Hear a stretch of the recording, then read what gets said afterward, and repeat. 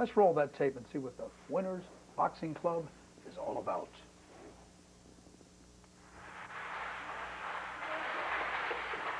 Okay, here we are. We went into the gym, and you have all of the paraphernalia associated with the boxing club. You have the bags. Tell us about some of the equipment and. Yes, the first bag is a heavy bag, but it's filled with the water. And water. Yeah, right here we have a round bag, and it simulates body punching. It's called the body bag, and we have little Joe Pecca, and he's punching the body bag using a basic punch to the jab. Right. And also joining Joe Pecca is Sylvester McDaniel, 15-year-old kid who just started boxing with us. He's 1-0 as an amateur. So is Joe Pecca. And they're both working the body bag. In a few seconds, Joe will be demonstrating the shoe shine punch. That's what he did right there. That's a series of rapid punches that simulates shining shoes. Now here we have the bag. Now, John, you fellas have a little disagreement as far as this bag's concerned. Yes, we do. And tell us a little about that. Well, to me, I realize that you don't hit the bag.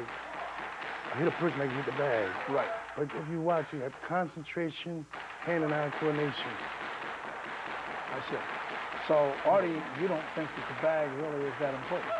No, well, I have an authoritative source, and he's Dr. Lawrence Morehouse, who is at UCLA. He was a professor of exercise physiology. Okay, right here we have the slip rope. I'll get back to the bag in a minute. This is a slip rope here, and what we have is Gus and Jimmy. They're both demonstrating how to bob and weave and get underneath of punches, and then when they get to their opponent, to throw punches to the body. I see. This looks pretty, yeah. This looks like you can really sharpen your skills with that. Now here we have a gentleman that I saw there. He's obviously a heavyweight, rather impressive looking body, and so you fellas also get involved in weight training, as we see here. How important is weight training, briefly? Well, Artie, take that one. Yeah, I believe that weight training is essential to any sport, and especially to boxing, because you need strong muscles. And what weight training does is strengthen the muscles and the joints and ligaments connected to those muscles. And so I believe that weight training will. You can't get over muscular, in your opinion. Over muscular, no, sir. I believe that. You don't lose any of that edge. Flexibility or anything. No, I don't think you lose any of that edge, because right after they get done the weight training, they'll get into the specific training, which is boxing. I see. And this fella here looks pretty cut. Yeah, that's Tom there. And the big guy is Aubrey. Tom is a guy who hasn't really committed to join the Winners Boxing Club. He comes in and he hits the bag and stuff, and every once in a while he'll get in the spar, but he... How many members do you have? Now, here, before we get into that, here you're taping. What size gloves do you use here? We, in sparring, we generally use between 14 and 16-ounce gloves. Here we have 14-ounce gloves, and these gloves are extra padded, because in actual competition we use 12 and 10-ounce gloves. I see. And these gloves are padded, and we use this so that they... And John, I saw when the fighters were coming out, you had those hand mitts. What do you call those things? Oh, punch mitts. Yeah, punch mitts. That's help them to the jabbing properly, throwing the right hands and the coordination and the combination. As you see, a little further, I think you see me doing it in the ring. Right. You know, these fellows are pretty impressive here, and they're both amateurs. One is 1-0. What about the other one here? I think I interviewed him quite...